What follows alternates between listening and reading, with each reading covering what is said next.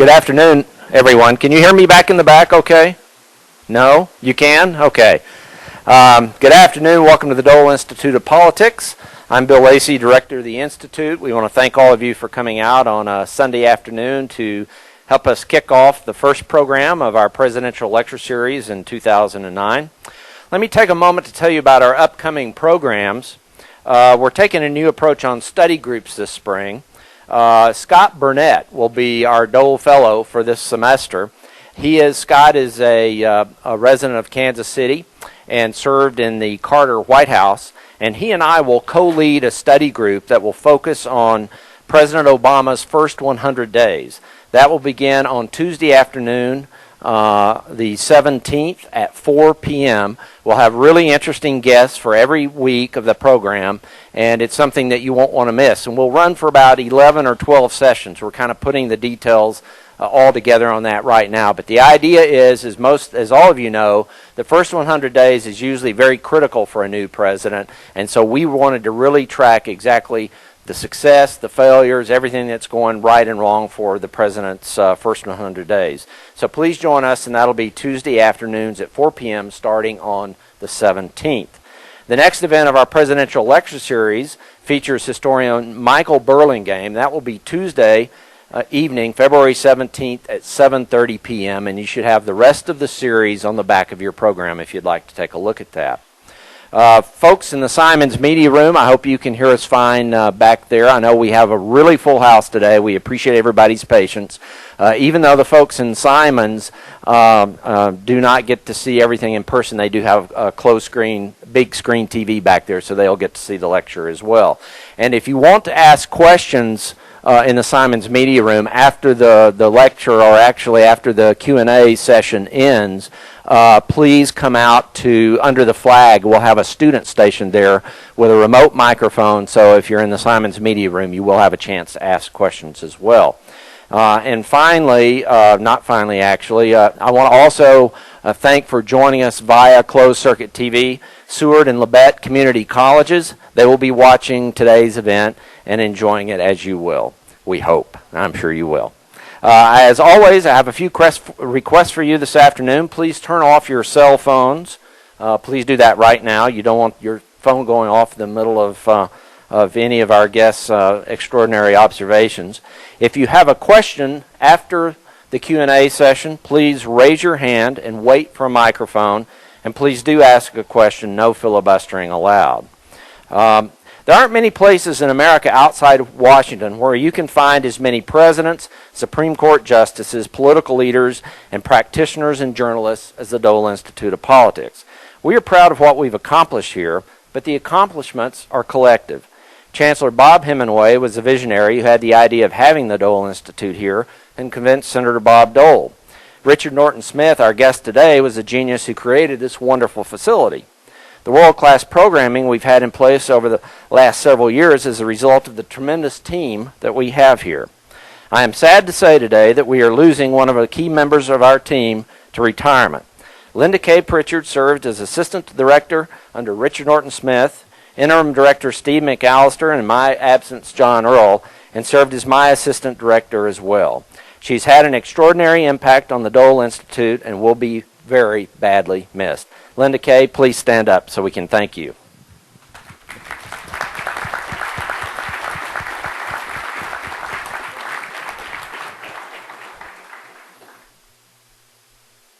A couple years ago, Judge Joe Perrin came to my office. He told me, and Joe was back in the Simons Media Room. He didn't get here early enough, and we didn't save a seat for him, I'm sad to say. But a couple years ago, he came to my office and told me that this February, and this is the first I'd heard of it, this February would be the bicentennial of President Lincoln's birthday, and suggested that we consider doing some programs on Lincoln. So the idea behind this series was inspired by him. Joe, please accept some applause. You can wave in the Simons Media Room. We won't be able to see you, but let's thank Joe for the idea. Now, this idea made a lot of sense to me. Lincoln is widely regarded as our greatest president. Secondly, I knew that 2008 would feature a very contentious presidential election and that people would welcome a series based in history rather than contemporary politics. Finally, I knew I possessed a secret weapon. Associate Director John Earle's field of concentration is 19th century politics. Most of you know John Earle as an unrepentant political junkie, but he is also, in fact, an outstanding historian as well. I tasked John with putting together this entire series. He's done a tremendous job organizing what we're calling 10 Score, the 2009 Presidential Lecture Series. And now you have the opportunity to thank him yourselves. Please welcome Professor John Earle.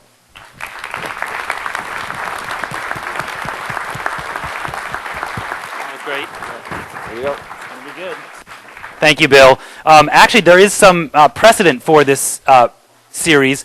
The first series that I programmed here when I came to the Dole Institute in late 2003, early 2004 was something that Richard Norton Smith, our guest today, had dreamed up himself. It was actually Lincoln Week.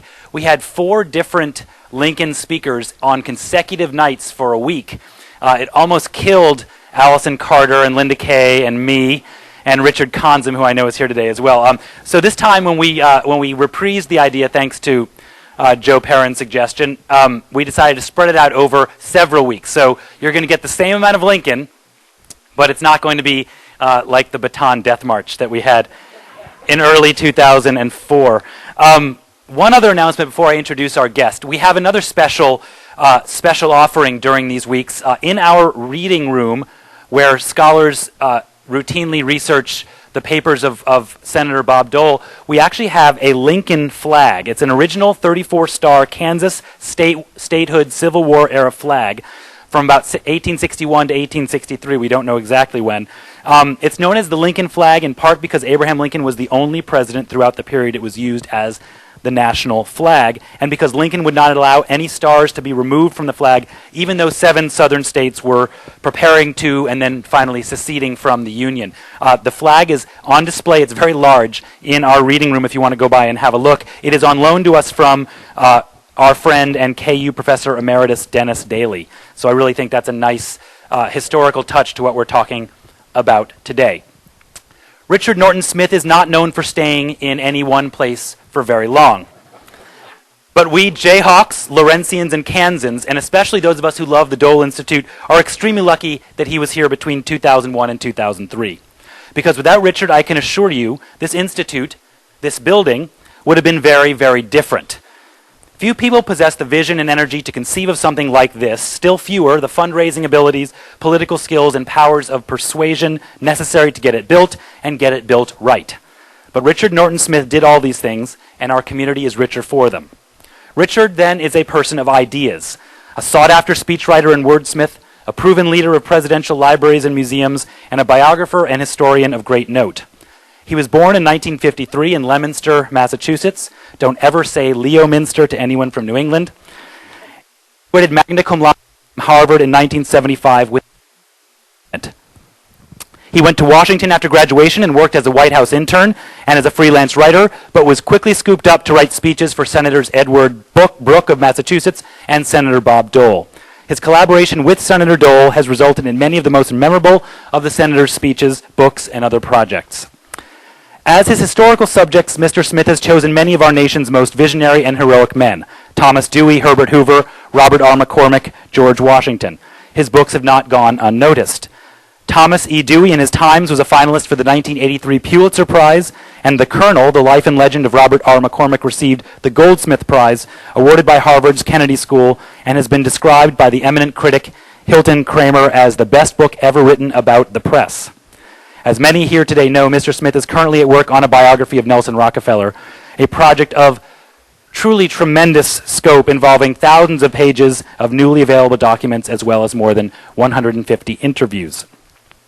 I mentioned presidential libraries. If Richard is ever called to serve as director of the soon-to-be-constructed George W. Bush Library, I believe he will have run every Republican presidential library and museum in the land, save Nixon. He has already helmed the Herbert Hoover Presidential Library and Museum in West Branch, Iowa, the Dwight D. Eisenhower Center in Abilene, the Ronald Reagan Presidential Library and the Ronald Reagan Presidential Foundation, and the Reagan Center for Public Affairs in Simi Valley, California, and the Gerald R. Ford Museum and Library in Grand Rapids and Ann Arbor, Michigan. He left each better than he found it. In each of these posts, he contributed to significantly higher popular and public visitation through temporary and permanent exhibits, imaginative public programs, and educational outreach efforts. In addition to expanding and renovating the Hoover Library, Mr. Smith overhauled the permanent exhibitions at Hoover, Reagan, and Ford. In 1990, he organized the Eisenhower Centennial on behalf of the National Archives. And of course, in 2001, Mr. Smith became director of our own Robert J. Dole Institute of Politics, where he supervised construction of this building and launched several high-profile programs, of which today's is a part. In October 2003, he was appointed founding director of the Abraham Lincoln Presidential Library and Museum in Springfield, Illinois. In 2.5 years, rescued a truly troubled project. I'm not sure that without Richard, the Lincoln Library project would have ever actually been completed, which has since received international acclaim for its innovative approach to history. During the same period, Mr. Smith also served as executive director of a revitalized Abraham Lincoln Presidential Library Foundation, which doubled its endowment under his leadership. Mr. Smith is presently a scholar in residence at George Mason University in suburban Washington. Quote, "There is no excuse for a dull book, a dull museum, or a dull speech," he has said. Those of us lucky enough to know Richard and spend time with him do not expect to be bored here today, or by his upcoming book. His wit, humor, and truly unstuffy approach to the past have long flavored the commentary he's provided over the years on C-SPAN, the NewsHour with Jim Lehrer, and made him one of my favorite public historians. I'm delighted to share the stage today with my friend Richard Norton Smith.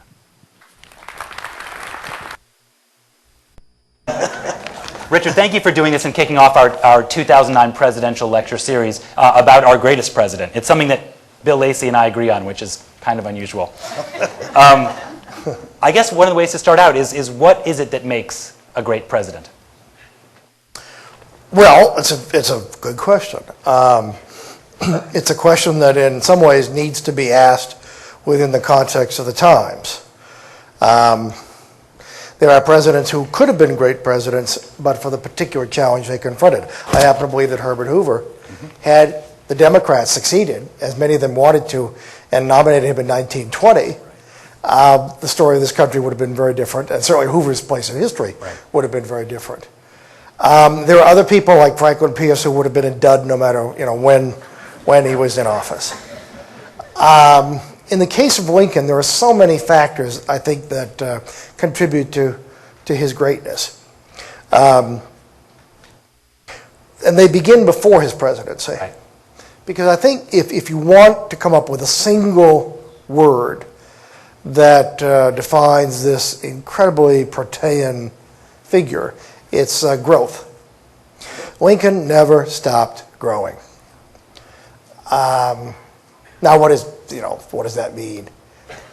When he was a young man, at the age of 22, and he told an acquaintance in New Salem, "It isn't a pleasant thing to think that when we die, that is the last of us." Now, we can argue about Lincoln's spirituality all afternoon. That is something that also grew, by the way. But I think Lincoln, as a young man, had a fairly conventional, although I would say hyper-developed, ambition. Famously it was said of his ambition that it was a little engine that knew no rest. He was 23 when he first ran for the legislature. Lost his first election, came back 2 years later, served 4 terms in the Illinois legislature. In 1843, writes to a friend, "If you've heard that Lincoln don't want to go to Congress, it's not true. I'd like to go very much." He lost his first race for Congress.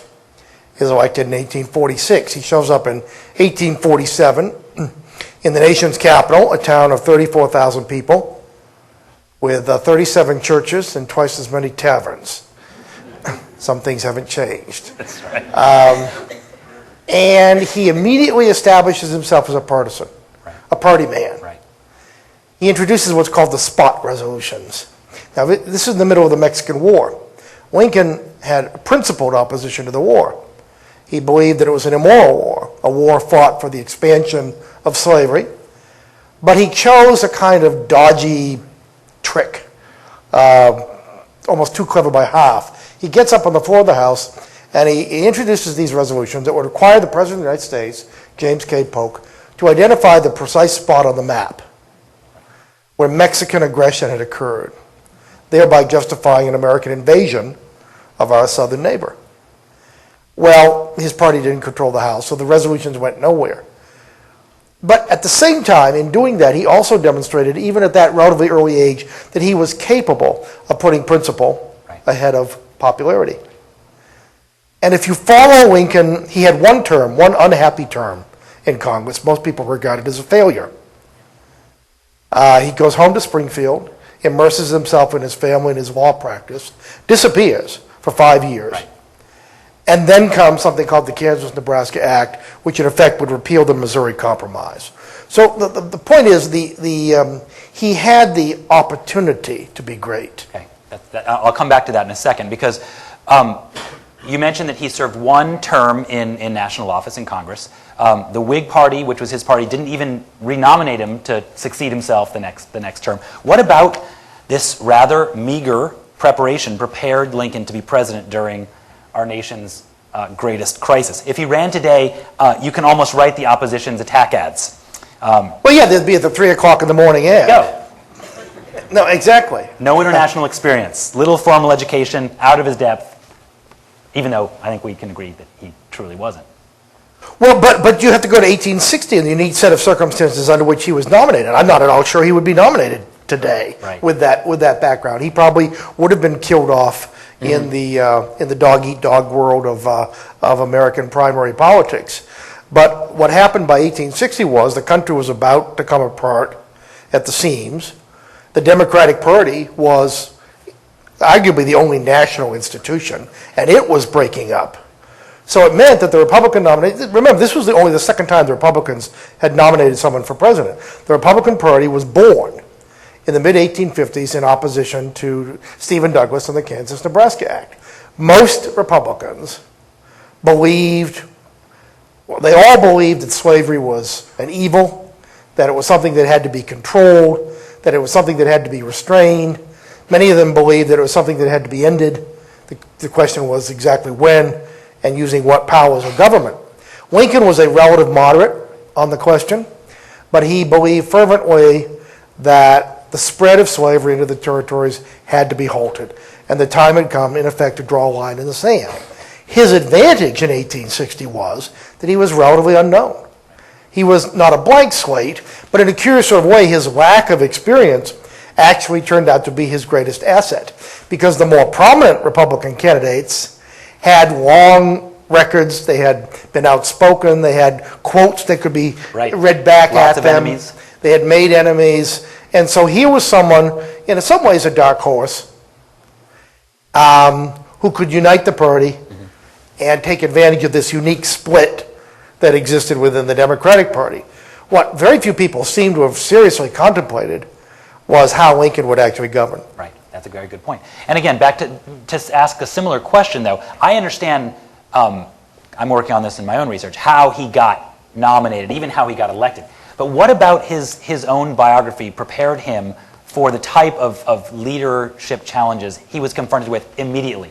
We look at what President Obama's had to contend with in his first moments in office. It was so much worse for Lincoln. By the way, I'm already sick of the first 100 days. Yeah, I know. I don't mean the president. I'm sick of the media. I got a call last week from someone who shall remain nameless who said, "Can you go on TV tonight and talk about the first 14 days?" Yeah. I said, no, I can't. Call me in 86 and maybe we'll talk. Thank you. It's such an artificial construct. Can you imagine if they'd been around to look at Lincoln's first 100 days? I'm not sure he would have gotten a passing grade. Well, it's interesting. When Lincoln's law partner, William Herndon, called him the most shut-mouthed man I ever knew. Lincoln himself, when he was finally prevailed upon to provide a, quote, autobiography in 1860, said, "There's not much to it for the reason, I suppose, that there's not much to me." Less true words were never spoken. There was a great deal to him, but Lincoln was an extraordinarily cautious, uncommunicative, careful man. That, I think, went back to his origins. You know, one of the great myths of American history is that Lincoln spent his lifetime celebrating his humble origins. The fact is, he spent a lifetime escaping them. What Lincoln's political philosophy paid tribute to, it seems to me, was a system of government, a free society, in which the $10 a month flatboatman could, through his own efforts, raise his station in life, provide for his family, and become a contributing citizen. One factor, and this may be controversial, one factor uniquely that prepared Lincoln for the presidency was an unhappy marriage. Okay, wow. Now, look, I'm one of those who thinks Mary Todd Lincoln's gotten a bad press. Here's a woman who lost 3 of her children, saw her husband assassinated, her sole surviving son, had her committed to a mental institution. Cut the woman a little bit of slack. On the other hand, I sure as hell wouldn't want to live with her. She was, the Lincolns are a classic case of opposites attracting and then repelling. And because, I actually seriously believe that because Lincoln was accustomed to conflict in his own house, in a curious sort of way, he wasn't rattled by conflict in the White House. That's kind of what I'm getting at. The things you don't often have in the big biographies. He does have this preparation from his law practice, from his marriage, from learning how to get noticed in the new Republican Party. But how good a politician was Lincoln? The reason why I think Lincoln is the president against whom all others are measured, first and foremost, is because he was the most brilliant politician who ever occupied the White House. And he could play politics noble, and he could play it cunning. And he is a combination of the two. He's reelected against the odds in 1864. Frederick Douglass said Lincoln's last days were his best days, and he was referring specifically to Lincoln's politicking on behalf of the 13th Amendment to the Constitution. Remember, Lincoln had written and issued an Emancipation Proclamation as an act of military necessity. It had no constitutional bearing. It could, in theory, have been repealed by the next president, particularly if that president happened to be George McClellan, the man who ran against Lincoln in 1864. Lincoln knew that there was only one way to permanently eliminate the stain of slavery from American soil, and that was amending the Constitution. Well, the House wasn't going to do it just because it was a good idea or a morally admirable idea. The president twisted enough arms so that it passed by exactly 3 votes. Now, there's a classic case. And how did Lincoln get reelected? He didn't sit back and wait for the voters to acclaim him. In those days, of course, candidates, didn't go out and campaign. So Lincoln brought voters to the White House. He particularly brought groups of soldiers to the White House. And he'd make these wonderful gem-like little speeches, not about him, but about what they were fighting for. And it was all about combating war weariness in the South, or throughout the country. But in addition to that, he also he authorized a deal to be made. There was a man named James Gordon Bennett, who was a New York newspaper editor, hated Lincoln's guts, was the bane of his existence. And Lincoln, in order to get him out of the country, offered him the ambassadorship to France. It's a good gig. No, it's right. So, and also he let General Sherman know the president would have no objections if General Sherman would let soldiers under his command go home to vote in critical state elections. So here you have someone who elevates politics. It's young Lincoln, that young Lincoln running for Congress, it was all about achieving a kind of personal immortality. Over time, Lincoln outgrew that, just as, in my opinion, he outgrew the racist society that produced him. We talk about like the Lyndon Johnson treatment, the way Lyndon Johnson got results by physically leaning over people and commanding them. We've seen George W. Bush have a certain way of getting his own ideas and legislation through Congress. Was there a Lincoln style, or is it this kind of a different strategy for each political situation like you mentioned? I'm struggling with this myself. Yeah, no. I think there is a Lincoln style, but I don't think it's. I think it's a remarkable versatility. I think Lincoln had an extraordinary capacity, first of all, to put himself in other people's shoes, and therefore decide what it was would persuade, or convince, or scare the hell out of the other person. He was. If you read his wonderful letters, early in his career when he's in Congress. It's very very surreptitious. He's pulling strings from behind the scenes. It's not altogether admirable, but it's skillful. Storytelling.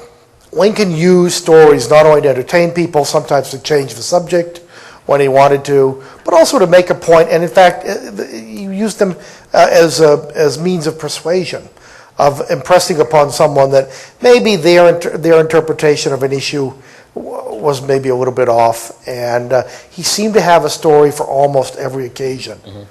And they're relevant stories. They're not just pulling a story and no. And the other thing, and the most important thing is Lincoln's the original great communicator. Okay, yeah. Lincoln is the greatest communicator in American history. There are so many mysteries about this man. How did someone with a year of schooling learn to write the most imperishable prose, certainly ever by an American, let alone an American president? The fact is, Lincoln understood instinctively, long before Teddy Roosevelt's bully pulpit, long before Harry Truman said the chief job of the modern president is persuasion, Lincoln understood in his soul that the most important thing that a president could do, particularly in wartime, was to educate people. Okay. And the fact is, the war that he began, look at the first inaugural address. Read the first inaugural address. In your hands, my dissatisfied fellow countrymen, and not in mine, is the responsibility for a great civil war. What Lincoln did very skillfully from the very beginning was to put the onus onto the South. Right. He knew that when the attack came, the North would have the moral high ground. And throughout the war, he over and over again, he wrote these public letters. Now, we think that, that couldn't have reached a large audience. But, some of them would reach a larger audience through newspapers than would watch a presidential address on television and the internet combined today. Yeah, that's true. So he had this incredible sixth sense about what needed to be said, when it needed to be said, and how to say it.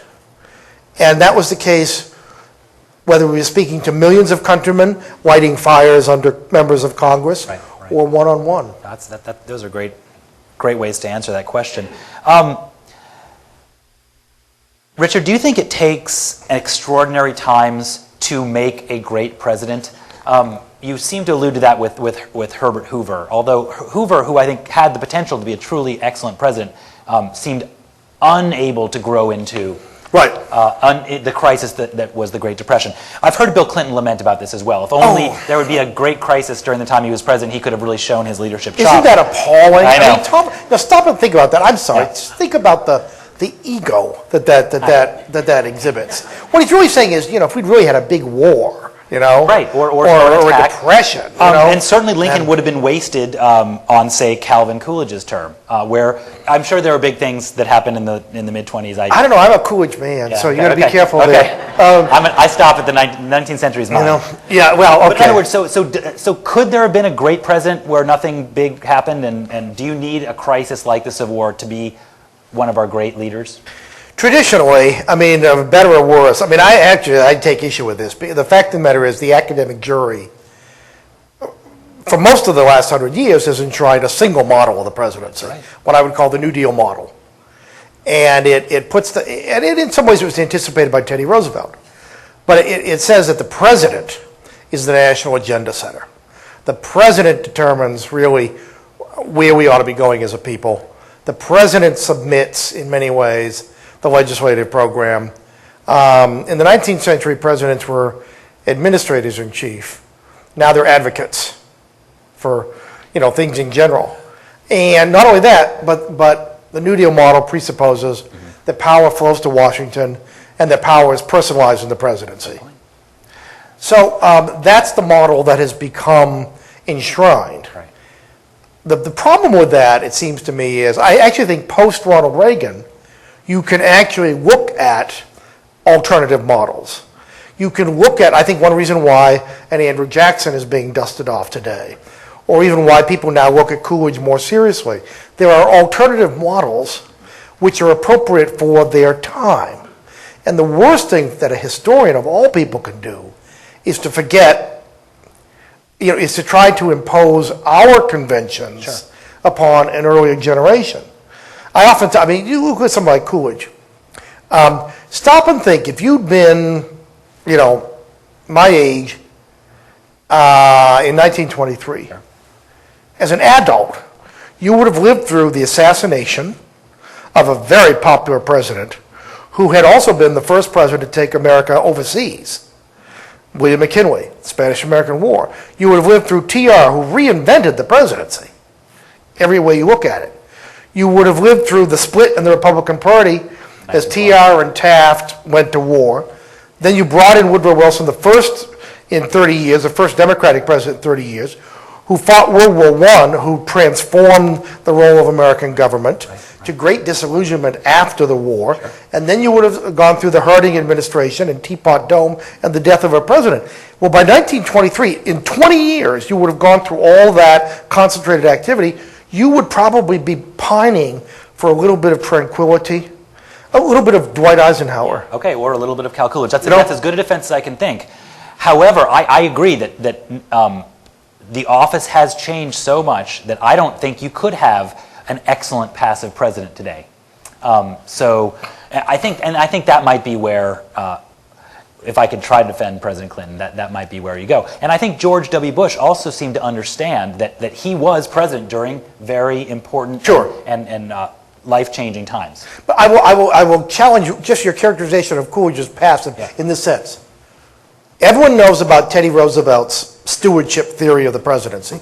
TR had this idea, basically, that the president is empowered to do anything that the Constitution does not explicitly prohibit him from doing. Well, now when you interpret that as conservation and fighting for meat that isn't tainted and water that's pure and pure drugs, in the progressive era, that makes perfect sense. It is obviously subject to abuse. Coolidge's theory of the presidency is very different. He basically says, I'm a steward for the taxpayer, not for endangered species or whatever. And that basically the president is the only one who can protect the taxpayer from all of these organized interest groups who come to Washington with good intentions and outstretched hands. So it's a radically different model of the presidency, but I don't think it should be dismissed out of hand. Oh, and I'm not trying to either mock Silent Cal or make him less important than he is. But here's the fact of the matter: we're having our presidential lecture series here at the Dole Institute dedicated to Abraham Lincoln, not to Calvin Coolidge, as good as he may have been. Why the continued fascination with this man, with this figure, with this character? Above all else, and we have had some other compelling presidents. Andrew Jackson is an obvious one. George Washington sometimes, comes back a little bit, and I think more recently he really has. Well, I think there's a number of reasons. You are right. Every generation, there are very few historical figures. I think Jefferson probably is close in terms of people who go to the heart of what it means to be an American, and who therefore get rediscovered, certainly every generation. One of the unfortunate things I think about that process with Lincoln is it often tends to tell us as much about ourselves and our current preoccupations and foibles and cultural fashions. So, you have, as I say, you have a whole generation of Brokeback Lincoln and, and Prozac Lincoln.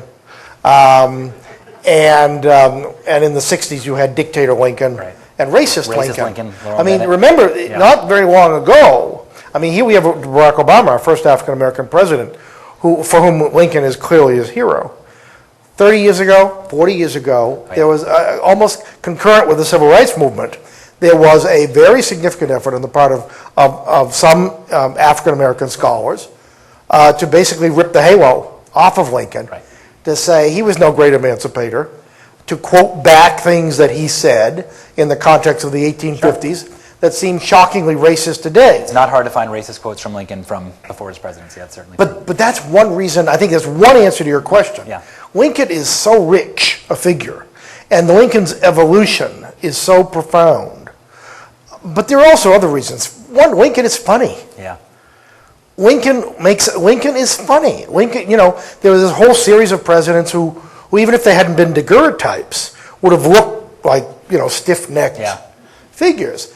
Lincoln has a sense of the ridiculous, and that never changed, and it was probably his greatest medicine during the war. Look at where Lincoln's story begins and where it ends. Okay. The essence of America. What is it, if nothing else, with our incredible, dazzling diversity, there's one thing that unites us as Americans. That is, we believe that the conditions of one's birth do not limit or restrain the possibilities of one's life. That's true. That in this country, whether you're an immigrant from Honduras who's just arrived, or your ancestors came over on the Mayflower, it seems to me that's the civic religion to which we all adhere. And no one, including Washington or Jefferson or anyone I can think of, no one embodies that more than Lincoln. And then, not finally, but one more, it's the great passion play of American history. The Civil War, it's no accident that there are still lots of people who go to Civil War roundtables. There's no accident that literally hundreds of books have been published in conjunction leading up to this bicentennial, that they are being bought, that they are being read. And in fact, you have some, because you have some of the very best authors coming. Do not miss people like Michael Burlingame and Ron White. They really are the very cream of the crop. And they have contributed significantly to this generation's. It would sometimes seem that there's not anything else that one could say about Abraham Lincoln. And then here, coming to the Dole Institute, we have 4 scholars really who are breaking new ground and finding new things to say. The only thing I would add, and I'd love to talk about it a little bit more, is that you started with this idea of Lincoln's growth. He really does change over time. In a way that, and I love Andrew Jackson. He's who I began studying when I became a professional historian. Jackson. Well, a lot of people do. But Andrew Jackson is kind of a weird constant, whereas Abraham Lincoln changes over time. I wish one of those guys had got him in one of those duels. Early on. American he kept winning them. Yeah, I know. He keeps winning. Except, guess what? He's lost the battle of history. Who would have thought Steven Spielberg would make a movie about John Quincy Adams, right. and not Andrew Jackson? So, score 1 for our side. Yankees, For the Whig side. Yeah. No, I think. What were we talking about? But leaders who actually. But in other words, the biographies of Lincoln, the reason why there are as many books about Lincoln as anybody except for Jesus Christ is that the story does progress. It changes over time. And again, because the story you can find, I don't care who you are, you can find something in the story to inspire you. There are some things about Lincoln that don't change admirably, and there are other things that do admirably. Yeah. He was he was an infant when his parents joined an abolitionist branch of the Baptist Church.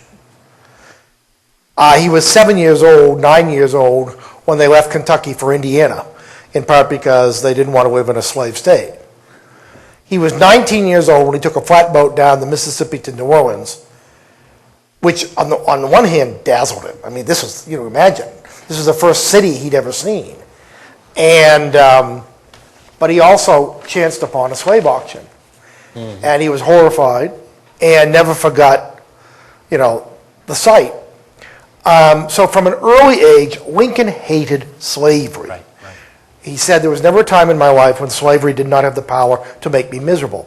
That's a very different thing from embracing what you and I would call racial equality. Oh, absolutely. And the fact of the matter is, when I talk about Lincoln's capacity for growth, it is most dramatically, I think, illustrated. And it hadn't happened when he became president. It happened in the course of his presidency, as he came painfully to learn that this was not a war over the Constitution. Right. This was a war about human rights. This was a war to remove the stain that the founders had left in the Constitution when they accepted slavery. And the relationship between Lincoln and Frederick Douglass. There are lots and lots and lots of new books. But if you want to, there are a couple wonderful new books about Lincoln and Frederick Douglass. And that relationship will tell you more than almost any other about Lincoln's capacity as an adult who had been elected president of the United States to see the error of his ways, to see the crime committed by his fellow countrymen. He didn't demonize the South. No. He didn't personalize the war with Jefferson Davis. Right. And if you read the second inaugural address, which I think is a speech even greater than Gettysburg, it is the greatest lay sermon in America from a man who has been criticized for not being a church member. Right. But it's really a sermon, almost a Jeremiah, directed at his fellow countrymen, not in a tone of celebration that you've reelected me, but in a tone of expiation for the sin of slavery that we as a people have countenanced.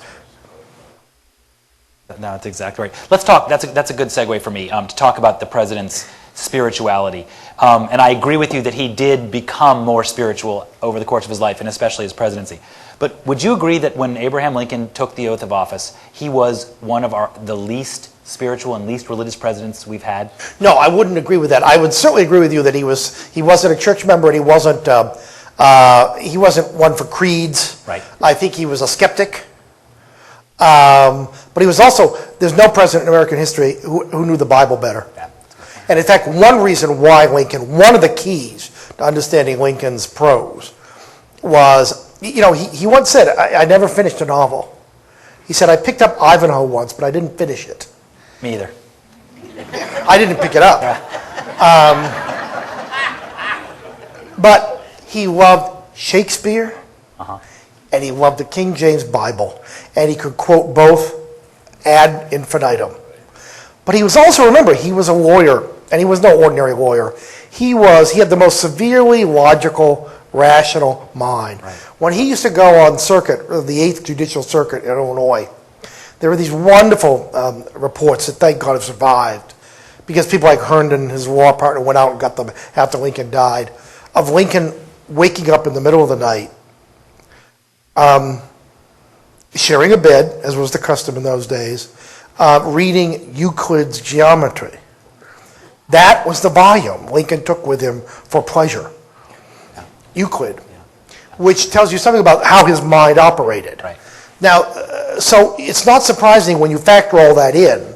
And remember, he'd grown up on the Kentucky frontier, superstitious place. Oh, yeah. He'd seen all sorts of exaggerated, highly melodramatic approaches to religion.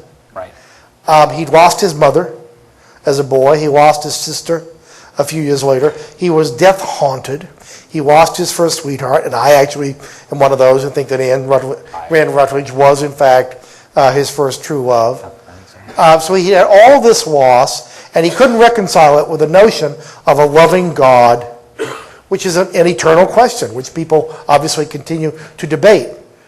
But I think by the time he became president, and particularly as a war leader, the man who was held to be responsible for this ocean of blood that was being shed, Right. he became genuinely, spiritually on fire in some ways. Okay, I think that's a great way to put it, because he does, again, he changes over time. He does change. How about some of the relationships in Lincoln's life that were the most important? You mentioned Anne Rutledge, his first love. Other people talk about his friend Joshua Speed, his law partner, Right. Herndon. Who are the people who affected him the most, do you think? First of all, you have to remember that Lincoln is like Franklin Roosevelt, and I would say, it may come as a surprise to some degree, Ronald Reagan. Great presidents who could speak familiarly to millions and millions of people as my friends, and yet who had almost no friends. In the way that you and I would consider that term. I think he had one intimate friend in his wife. I think that was Joshua Speed.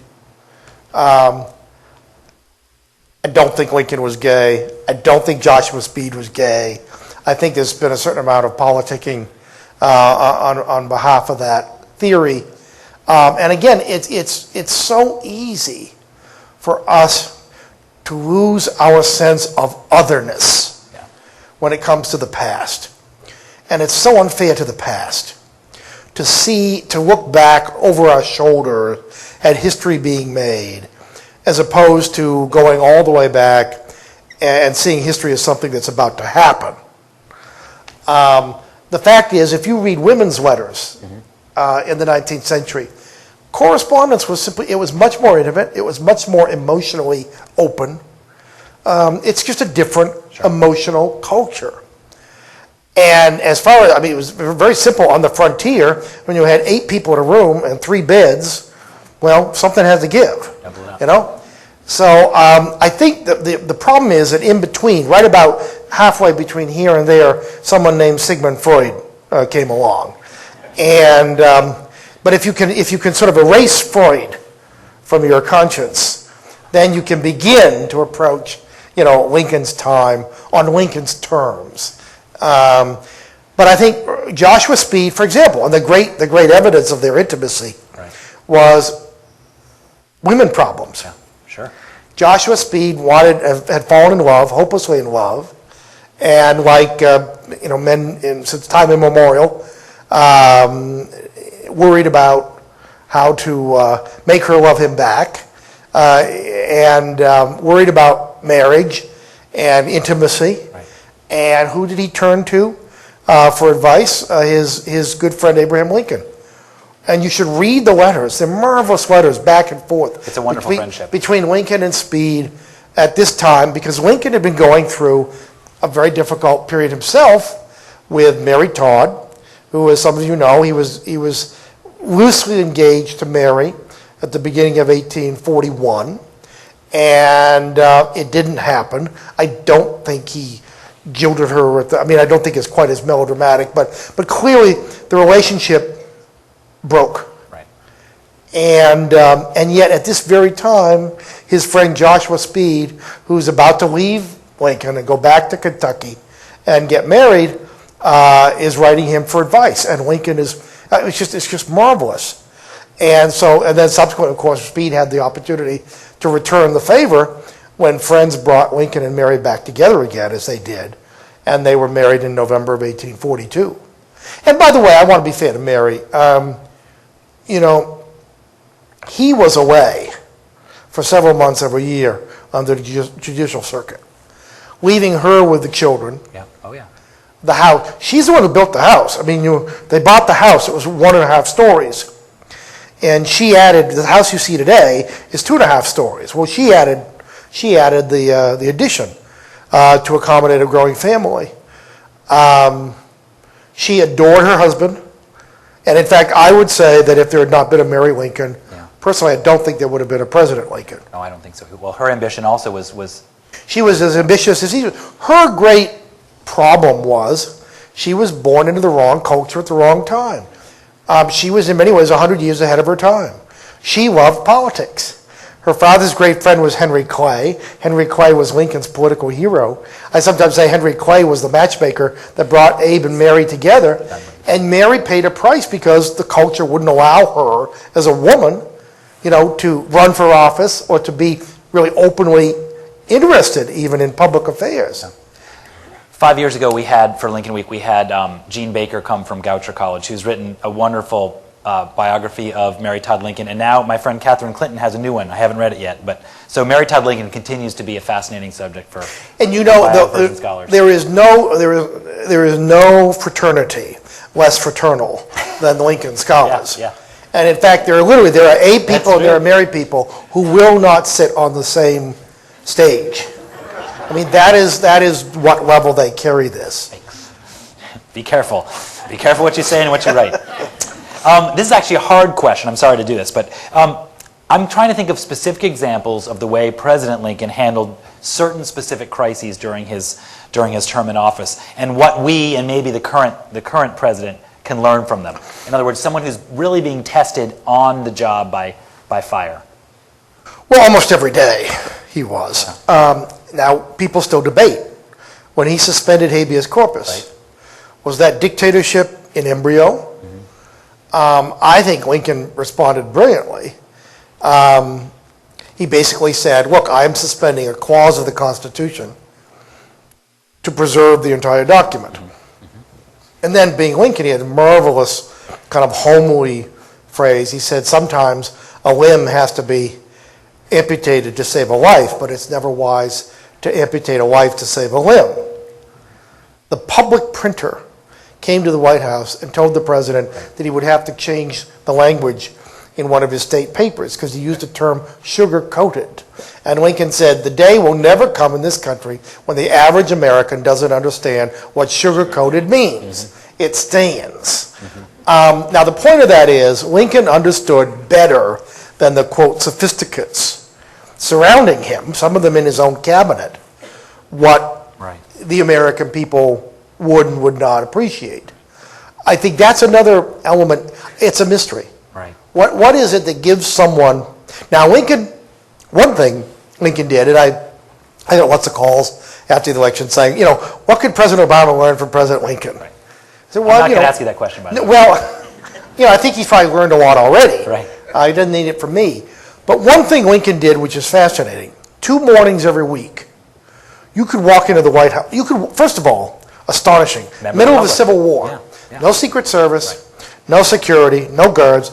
You could walk off the street and into the White House, walk up, as hundreds of people did, most of them office seekers, and plant yourself outside the president's office. Was your house? Now, Lincoln, 2 mornings a week, would throw open the doors to meet with anyone who wanted to meet with him. And people on the staff said, this is a terrible waste of your time. You have more important things to do. You're endangering your health. All these people want something from you. And Lincoln refused. And it was interesting. There were no public opinion polls in those days, obviously. Lincoln referred to those meetings as his public opinion baths. And it tells you something about someone who didn't forget where he came from, nor, more important, did not forget where the legitimacy and power of his office was ultimately grounded. Yeah. And the fact that Lincoln would make that effort to be available to ordinary people. Now, the other thing is, of course, the way he handled office seekers. You know, they killed some presidents. Right. And Lincoln, Lincoln usually killed them with kindness or a joke. There's a group that came one day to extol the virtues of a candidate for commissioner to the Sandwich Islands, what you and I know as Hawaii. Good job. Not a bad job. And they went on and on. Not only were his qualifications beyond question, but he had a health condition that made it absolutely mandatory for him to be given this job in the Hawaiian Islands. And Lincoln said, stop right there. I have 8 other candidates for this job, and they're all sicker than your man. Which, I mean, what that tells you is one other quality. Yeah. Lincoln's generosity. Right.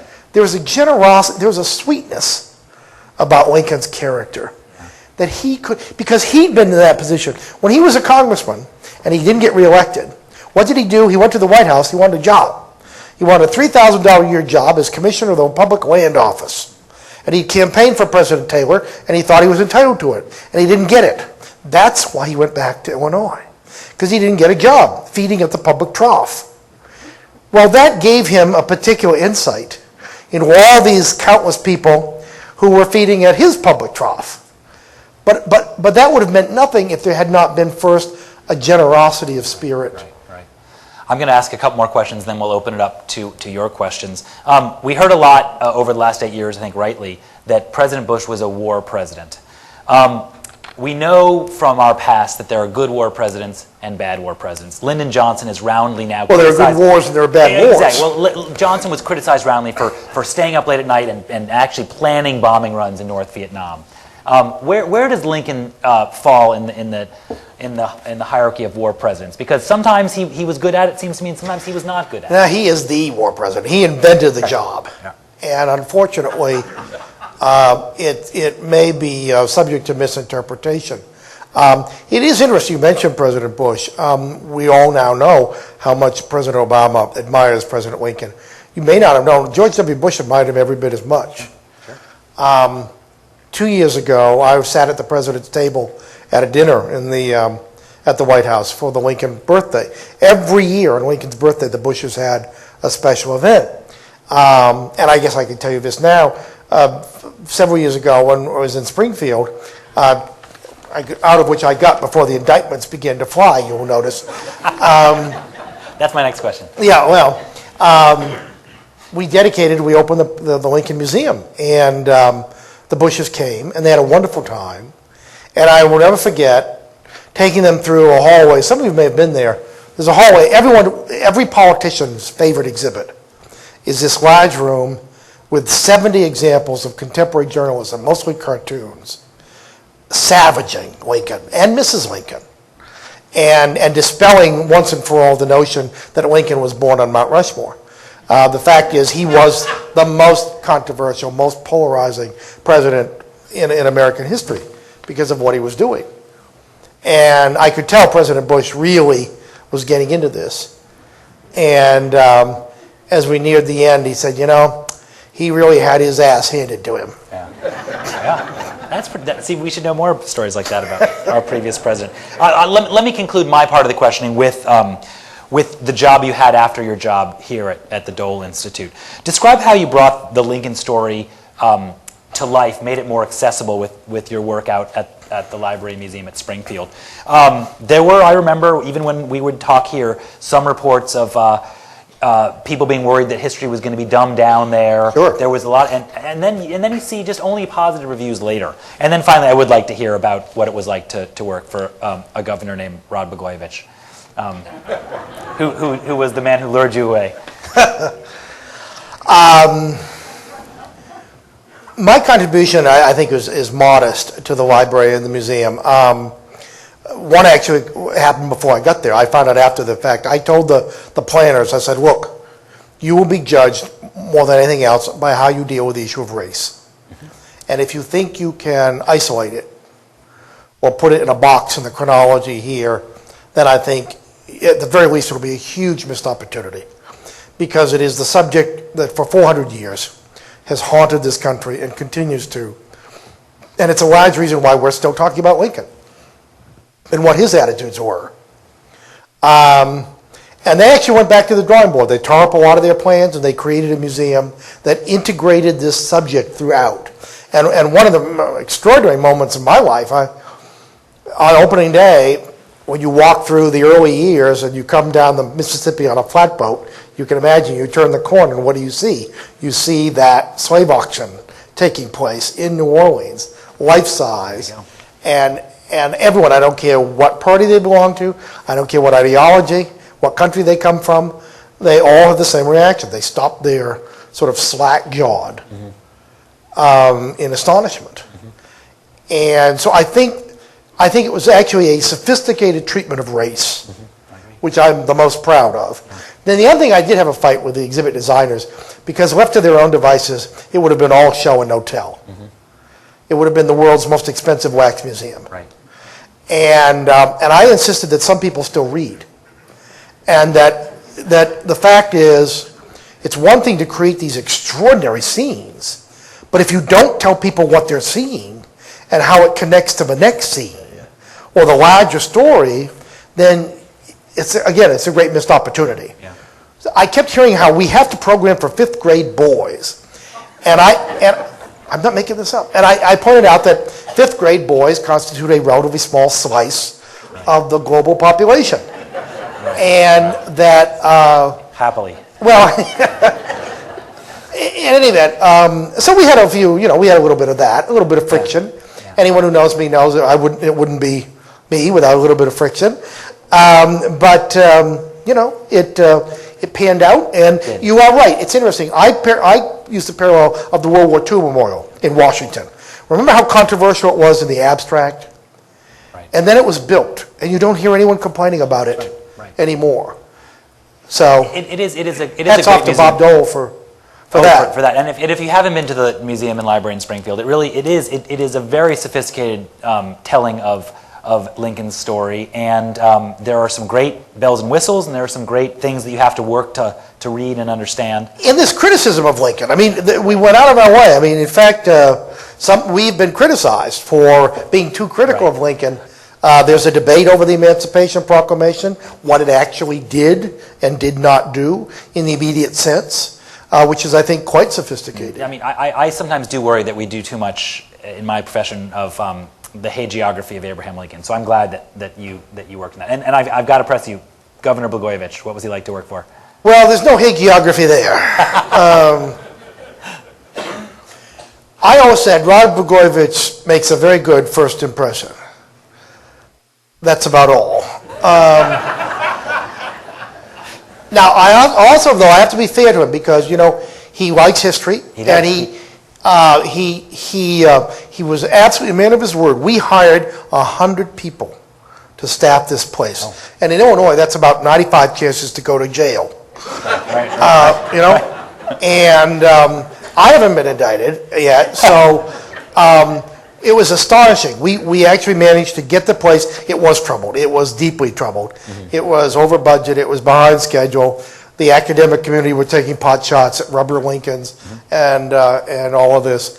And anyway, we got it turned around, got it staffed, got it dedicated, got some programs up and running. But I can tell you now, I had decided in advance of the dedication that I would leave within 9 months or so afterwards, and let the indictments flow. I've offered to go back and testify as a non-character witness. So I'd pay to see watch that. this space. That's fantastic. That's fantastic. Well, I know you didn't come here to just listen to me ask questions of Rich Norton Smith. We have 2 student workers, Andrew Hodson up here, and I think Stephanie Gian way in the back there. Let's alternate, and I'll start with you, Andrew. If you have anyone there who has a question, raise your hand. Please wait until our question mic gets to you, and also please ask a question, no filibustering. I won't do that. As a native Kansan and someone who gets to play Abe now and again. I see the resemblance. Thank you. I thought you were Jefferson Davis. It's not a full beard yet, and it's coming off, and that's the part of my question.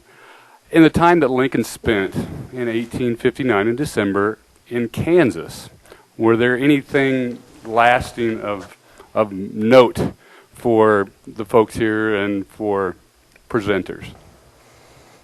No, I think a couple things. I think he made some very important political connections. Right. Wasn't there a man named Delahunt? Right. That's Delahaye. He stayed with Delahaye? Yeah. Okay, yeah.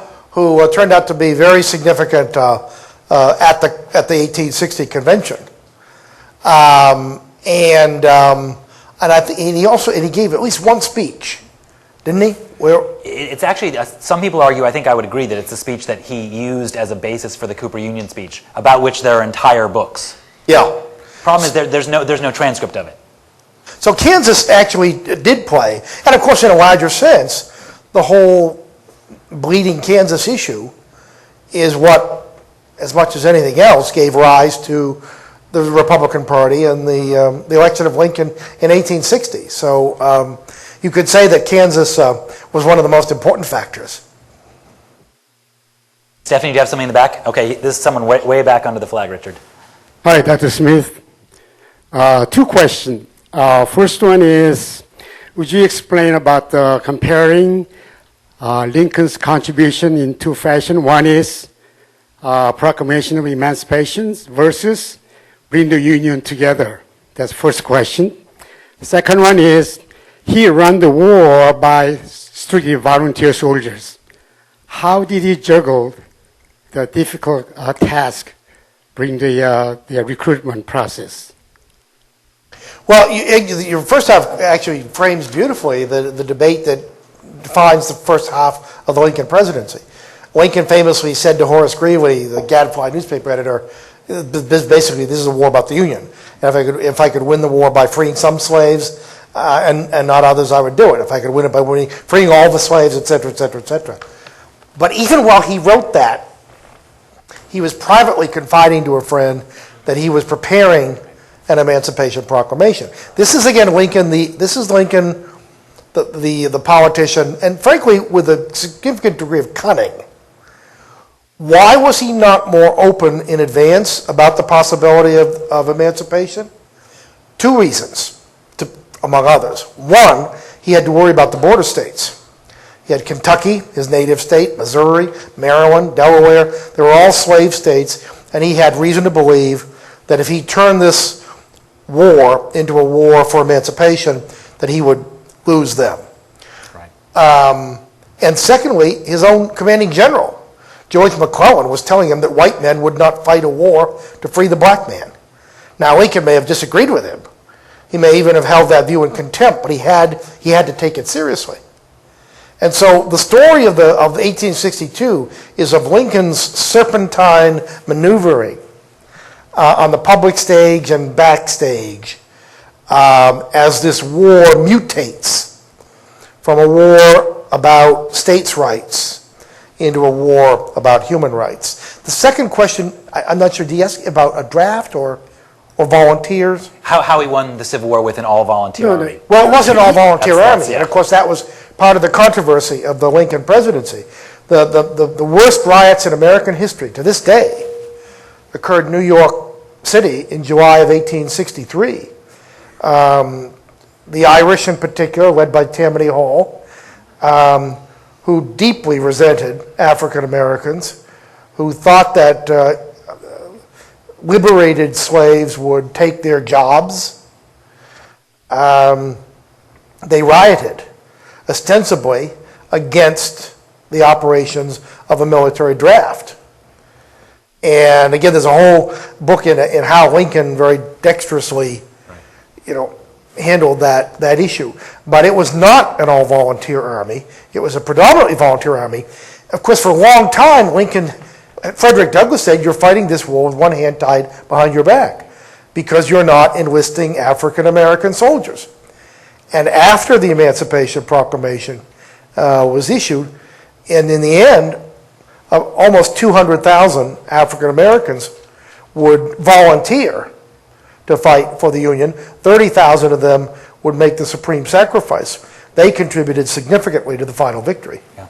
One of the great ironies is that the soldiers who put down the draft riots in New York City literally came directly from the battlefield at Gettysburg. Yeah. So to put down this horrible uprising. I want to ask you a question because I wonder, would there have been a civil war, and God knows would it have lasted as long as it lasted, had it been fought in today's 24/7 internet news climate? Oh, it's ugly. I think the question answers itself, Yeah, or at least yeah. my bias is. I cannot believe, Vietnam is famous as the first living room war. Imagine if the carnage of Gettysburg and Antietam and the wilderness Right. were coming into our homes 24 hours a day. Right. Or take what the very large death tolls from Iraq, which is more than 4,000 dead Americans, and you think about there are single days during the Civil War where 20,000. Grant lost that many in 20 minutes Right, at Cold Harbor. It's just unfathomably large. Mary Lincoln called him the butcher. Her husband, fortunately, had a somewhat higher opinion Right. of him. That's a very good point. Andrew, do you have someone else closer to the front here? Lincoln put together a very unusual cabinet full of successful men and as the book said, a team of rivals. Would you mind commenting on his cabinet? It's funny. I am a dissenter from the viewpoint. I don't think the team worked. I think there was more rivalry than teamwork. I do believe, by the way, Lincoln showed genius in doing what he did. And I don't think he had any particular illusions.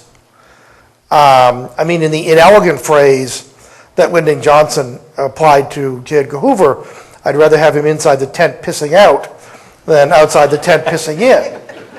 And that certainly applied to people like William Seward, Salmon Chase, who spent the whole 4 years he was there conspiring to become president in 1864. And Lincoln knew it.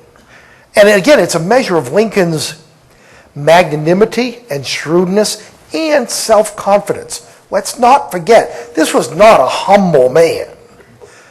This was a man who was confident enough of his political skills to invite his enemies to sit around the table.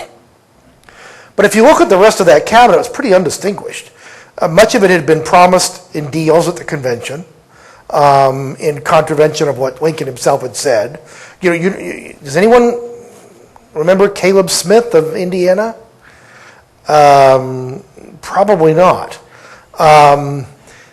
Edward Bates was a successful attorney general. The first Secretary of War, arguably the most important position in the cabinet, went to Simon Cameron, the boss of Pennsylvania. Hack. Thaddeus Stevens said that there was, the only thing he wouldn't steal was a red hot stove. And he subsequently amended that to say, no, I think he would steal a red hot stove. And he was such a disaster that he had to be packed off. Now Lincoln, here's Lincoln. Lincoln's genius, okay? He didn't want to pick Cameron, and in fact he had to pick Cameron. Cameron turns out to be a disaster. Most people would throw him to the wolves and get credit, short-term political credit. What does Lincoln do? Lincoln takes upon himself the responsibility for the problems at the War Department. He publicly exonerates Cameron. He gives him a job. Now, guess where the job is? He's minister to Russia, which is about as far as you can get from the battlefield. But he doesn't humiliate Cameron. And Cameron goes away feeling indebted to the president who ejected him from, and then who does he replace him with? Edwin Stanton, the lawyer from Cincinnati, who in their one previous encounter had publicly humiliated Lincoln, saying to another lawyer they were supposed to be arguing a case together. And Stanton says, in a voice meant to be heard, who dragged in that long-armed baboon from Illinois? Now, Lincoln not only was willing to let bygones be bygones, but, he appointed Cameron because he knew Cameron was, Stanton, because he knew Stanton was exactly what he needed. He was ruthless, and he would do whatever it took. And there's a story about the congressman who went over to, saw the president, got the president to sign something. He took it over to Secretary Stanton, who said, I'm not doing that. So the congressman goes back and tattles to the president. Not only is he insubordinate, but he also called you a damn fool. And Lincoln sort of strokes his chin. He said, did he really? Well, if he called me a damn fool, I must be one, because he's usually right. And subsequently, Lincoln said, I'll take care of it. He went over, he had a few words with Stanton, made it very clear who was calling the shots. Lincoln got his way. Stanton, had his explosion of temper, and they went on to the next crisis. Patience. Lincoln's patience must have been superhuman. I don't see Stephanie. Do you have a questioner back there? Andrew, how about up here? There are a bunch of hands. Yeah. And I'd love to get a chance for the people in the other room too, Stephanie, if you want to head in there.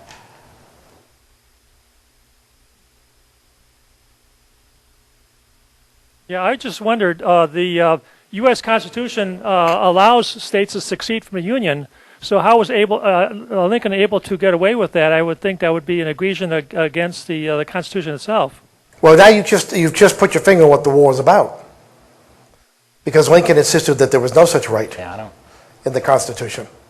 That indeed the states subsumed their individuality, not only when they signed the Constitution, but when they entered into a league to resist British oppression, and certainly when they signed the Articles of Confederation, but certainly when they created We the People, after all. Remember when Gouverneur Morris wrote the immortal prologue to the Constitution? It's We the People, it's not We the States. And so from the Lincolnian viewpoint, the war is to uphold popular government, self-government, within the context of the Union.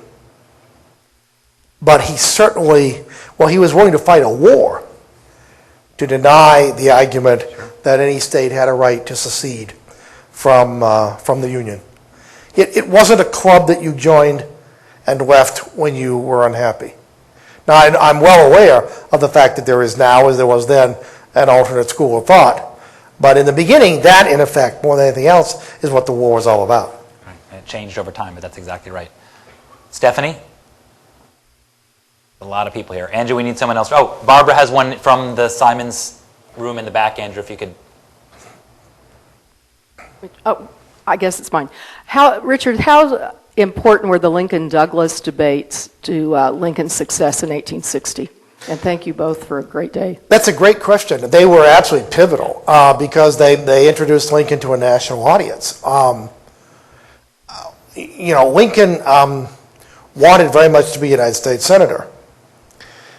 But interesting enough, before the debates began, is when he gave the famous House Divided speech, which those people around him, his advisors, said, don't give this speech. It's too radical. It will destroy your chances in November. Lincoln even then was, I think, looking beyond November. And part of me suspects that Lincoln even then envisioned the long-term consequences of not only the 1858 election, but what could be coming down the road in 1860. The remarkable thing about the Lincoln-Douglas debates is that Douglas said yes. There was absolutely nothing in it for Douglas. He was the larger-than-life figure, who had been a national figure. At 3 conventions, he had been a leading candidate for president, before his 50th birthday. He was synonymous with the state of Illinois. I mean, there was really absolutely nothing in it for him. And you could be sure it would not happen today. Because all the spin doctors and all the message handlers and everything else would say, there's nothing in this for you. Right. So say a lonely word of thanks to Stephen A. Douglas on this bicentennial for, in some ways, making Abraham Lincoln, because the debates were nationally covered, and in those days, in a way that I don't think we can appreciate today, people followed politics with a passion. We saw some of that in this last election. The show of it. Yeah, I mean, it was because no television, no radio, no movies. For entertainment, we had politics. Yeah. And people would go and listen to hour after hour of oratory. And people define themselves by their party loyalties and the like, in a way that I think is out of fashion today. I can think of several times where we have Douglas to thank for Lincoln. It's the Kansas-Nebraska Act, it's the debates themselves, and his tenacity to keep on fighting for the Democratic nomination. And splitting the Democratic Party. His beloved party. I mean, he kept helping Lincoln. Remember, Lincoln won with less than 40% of the vote in 1860. A badly divided North, let alone, obviously.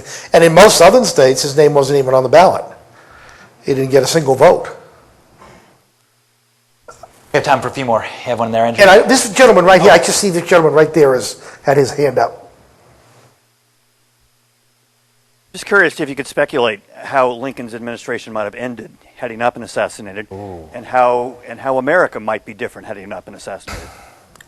I don't know how Lincoln would have handled the manifold challenges of Reconstruction, which arguably were even greater than the war. I do know that he would have done a better job than Andrew Johnson. Fair enough. Anyone would have done a better job than Andrew Johnson. Rod Blagojevich would have done a better job than Andrew Johnson.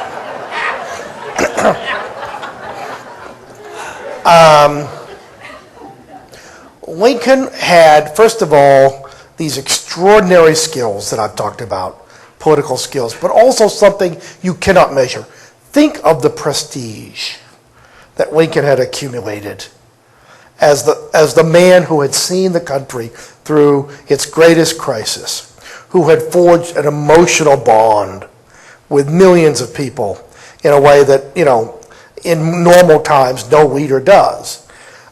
Think of the credibility he had. And I think he was already growing. I think he was already changing. I think he was already becoming more, quote, radical. I think he would have found ways to work with the, quote, radicals in Congress. And by contrast, Andrew Johnson was a man defined by his resentments. He, too, had been born poor, but he seems to have kept every scar, along the way from climbing the ladder. He hated the Southern aristocracy, that's true, but he hated blacks even more. He identified with poor Southern whites like himself. And all you need to know about Andrew Johnson is that he preferred not to speak of Reconstruction. His preferred term was restoration. Lincoln would not have restored the pre-war South. No, and there's every evidence that he actually was going to be a lot more accommodationist, and he might have taken some flack from his left, I suppose. Look, one other thing. 3 nights before he dies, the last speech he gives, April 11th, from the White House. The crowd gathers, they expect a jubilant celebration, maybe with a banner saying, mission accomplished. I didn't say that. Anyway, but instead they get this very sober discussion about Reconstruction. And in it, he says something incredible. Again, it doesn't sound radical to our ears, but to the ears of those who were on the White House lawn, he talks about giving the vote to at least some African Americans. Right. And in the crowd that night, standing beside a pillar, listening with growing dissatisfaction, is John Wilkes Booth, who says that's the last speech he'll ever give. And it was, in fact, Lincoln's public willingness to commit himself to votes for blacks that arguably pushed, Booth over the edge. And 3 nights later, the president is murdered. And in the end, it would take 100 years for another Southern president named Johnson, in effect, to redeem the broken promises of Reconstruction. Great. We have time for 2 more questions. Barbara, you have? Okay, Stephanie has one in the back there, and then Andy, you'll get the last one. This may be an extension of that last point you made. Those of us who teach make a point of distinguishing what you've already addressed between human rights, civil rights, and equal rights. So in your discussion of this, the personal and the political man that Lincoln was, do you have evidence that there have been some differences on the personal side with regard to each of these aspects? The notion of human rights, the notion of civil rights, the notion of equal rights. We know politically how he acted. What about the personal side? Yeah, I think that's a great question, because I think Frederick Douglass was onto something when he said the last days of Mr. Lincoln's life were the best days, because I think it was when there was evidence in a way that hadn't been seen before. Lincoln wasn't simply opposed to slavery. Lincoln was willing to entertain the radical notion that African Americans were American citizens, and that even more than that they were people, just like everyone else, entitled to the same protections under the law and the same opportunities that a free society afforded. In other words, Lincoln was willing to entertain the notion of social equality, which was, in the context of its times, truly radical. What had brought him to this point? I think overwhelmingly, he had been educated by the performance of African American soldiers in the war. He saw the bravery, he saw the sacrifice, he saw the devotion to a cause greater than life itself. And he was fair enough and decent enough to say, look, there were people in Springfield, Illinois, who said to him, we're not going to fight for the black man. He said, okay, the black man seems to be willing to fight for you, but if you just want to fight for the Union, that's all right too. I think I don't want to sentimentalize Lincoln. Lincoln was a man of his time with many of the shortcomings of his culture. But, in the end, it was interesting. W.B. Du Bois, the great black sociologist, said it better than anyone else. He said, I love Lincoln not because he was perfect, but because he wasn't, and yet triumphed. And it seems to me that's the Lincoln we should be remembering and, yes, celebrating on this bicentennial. Not the perfect marble man reposing in his Greek temple, brooding over them all, impressive as that is. The problem with men of marble is they're made of marble, not flesh and blood.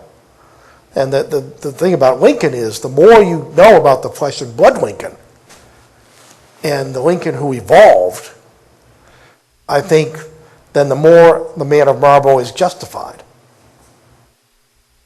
Last question.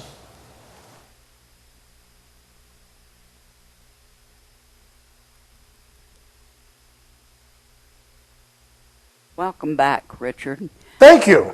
It's nice to be back. Every time I come back, people make me feel very much like it's a homecoming. Good. We hope you'll do it often.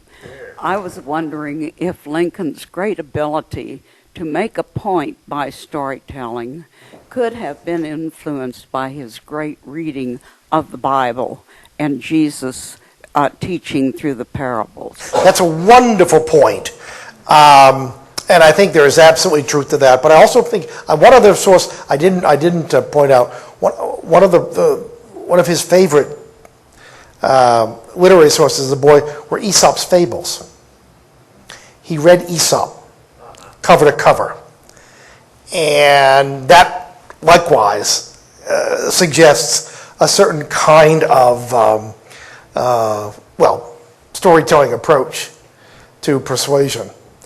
But there's no doubt that the story, the parables of the Bible, God, it's too good to ruin. He had a wonderful, wonderful story when some preachers came to him and told him that the Bible sanctions slavery, and he offered them a parable of his own, and it's too good to ruin by misquoting. But he in biblical cadence, in effect, threw it right back in their faces, that there's nothing in the Bible that, in fact, justifies what was happening to several million African Americans in chains on American soil. Wonderful.